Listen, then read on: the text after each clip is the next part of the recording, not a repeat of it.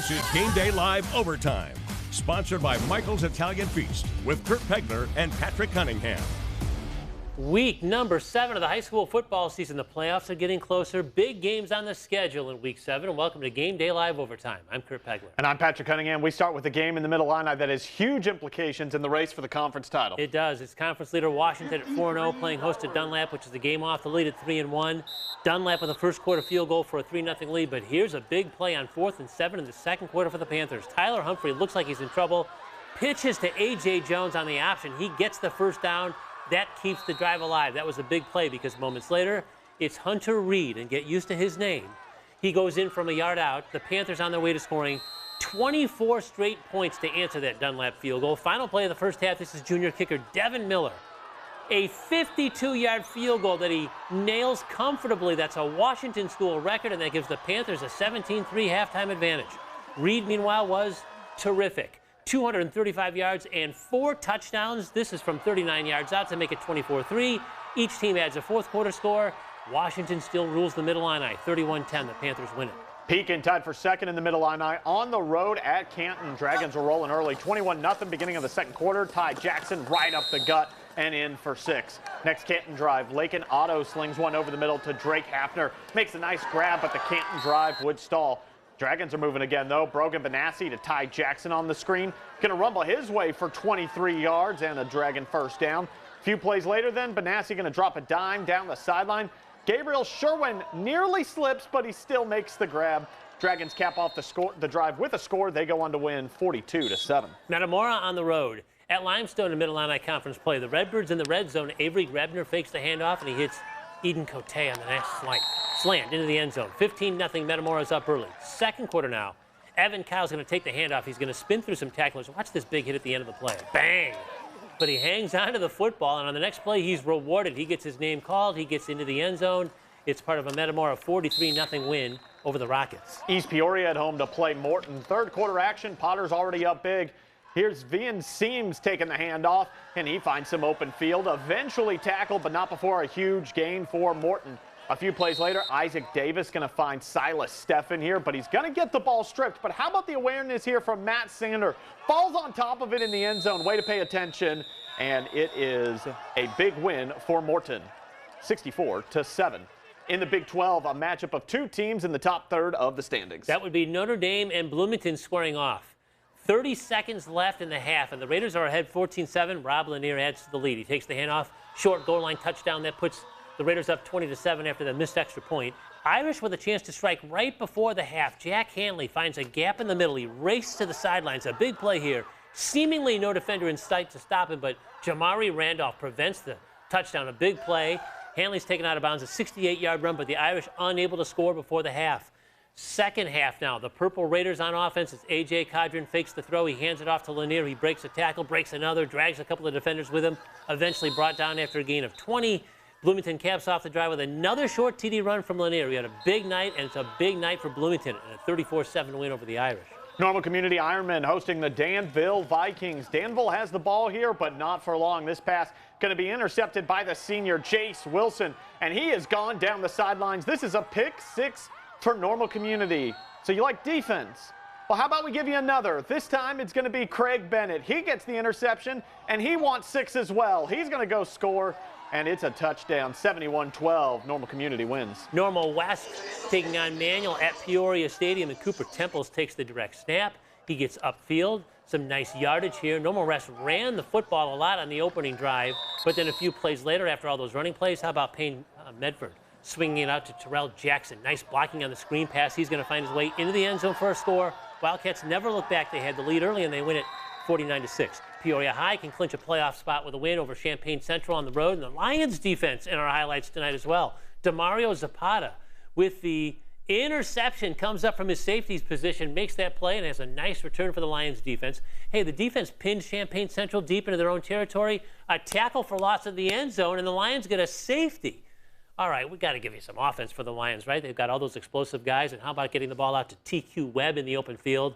No one's going to catch him down the far sideline. 6 more for the Lions, a 44-2 win on the road. Some young Richwoods fans excited to greet the Knights as they take the field against Urbana. And they started off hot. Opening kickoff. Isaiah Beckham with a nice return to set them up in good field position. He's going to drag some defenders with him. Now the drive would end in a fumble. Urbana trying to take advantage in the red zone, but the Knights get the goal line stand. They get the sack. Barfield Leo brings him down. Richwoods brings down Urbana 46-6. U High is playoff eligible if it can win at Decatur Eisenhower, and the Pioneers strike early. It's going to be a swing pass out to running back Rhett Lynch. And how about this? He lowers his shoulder, just barrels over a defender in for the score. And then later, Lynch again. He's a one-man wrecking crew. He's going to drag guys with him into the end zone for another score. U High is a winner, 40-12. The Pioneers playoff bound. To the small schools, a massive matchup in Peoria County between two 6-0 programs. We've got Stark County and Princeville. Winner takes control of the Lincoln Trail Prairie Land. Princes are up by 20 to start the second half. That's because of their defense. The safety, Hunter Johnson, comes up with the interception, and he has a nice return, going to get down inside the 10. Now, a bad snap forced 4th and goal from the 25, but that's no problems for Jake Williams and Johnson. The two connect here. This makes it 33-7 in the third quarter. Game over? How about no? Rebels trying to make a comeback. Lots of work on this drive by Nolan Orwig. He fights through and stretched that ball over the goal line to make it 33-14. They get a turnover on downs on defense. We go to the fourth quarter. Stark County needs a big play. They get one here. Dylan Steelman finds Orwig deep down the field for a gain of 50. Chris Barnwell, he's going to finish it off. They get the two-point conversion as well. It's 33-22 with 7 minutes to go. Princeville recovers the onside kick. They just need a first down.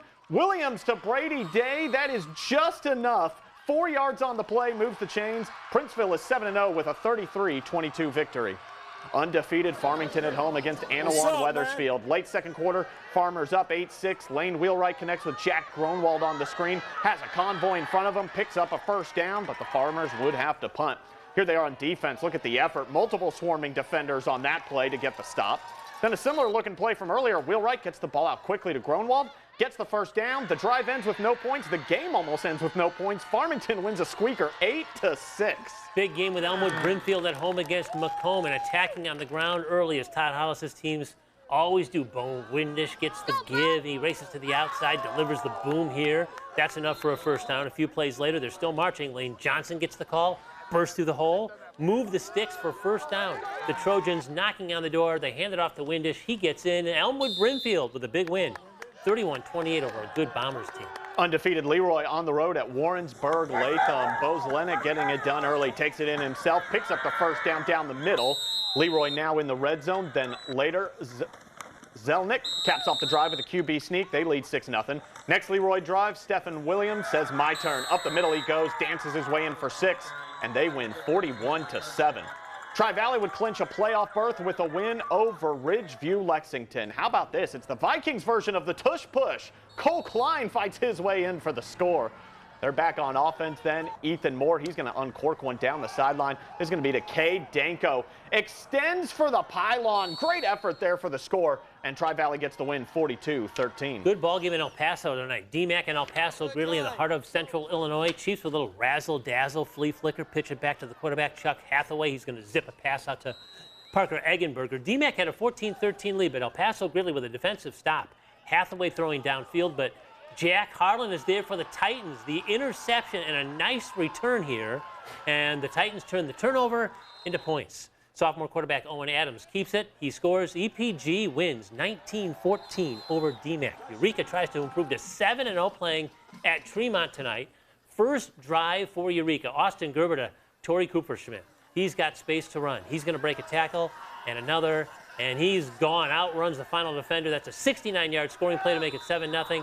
And the Hornets, you know how to play some defense. Pass off a Eureka helmet into the hands of Tanner Wiegand for the pick.